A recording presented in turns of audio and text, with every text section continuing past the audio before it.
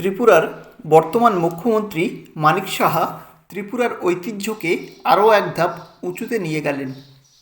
2024 সালে 28শে অক্টোবর ত্রিপুরা সরকারের পক্ষ থেকে কেন্দ্রীয় সরকারের কাছে ত্রিপুরা রাজ্যের প্রতীকী চিহ্নের জন্যে একটি নকশা পাঠানো হয়েছিল।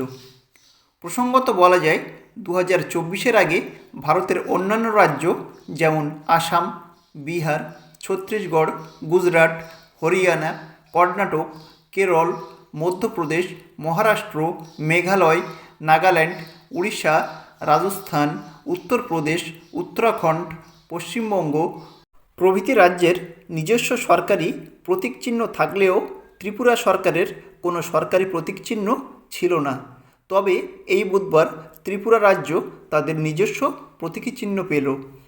ভারতের জাতীয় প্রতীক চিহ্ন অশোক স্তম্ভ এর সঙ্গে সামঞ্জস্য রেখে এই প্রতীক চিহ্নটি নকশা করা হয়েছে, যেখানে গোল বৃত্তের মাঝে ত্রিপুরার ম্যাপের আউটলাইন, বাউন্ডারি এবং এর মাঝখানে আঁকা হয়েছে অশোক স্তম্ভ, যার নিচে লেখা আছে সত্যমেব জয়তে।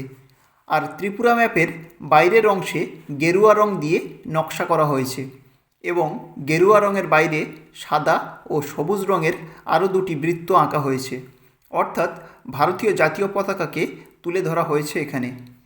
ত্রিপুরার এই জাতীয় প্রতীক নকশা অন্যান্য রাজ্যের তুলনায় কেমন হলো তা অবশ্যই জানাবেন, আর তথ্যটি ভালো লাগলে চ্যানেলটিকে সাবস্ক্রাইব করে পাশে থাকবেন।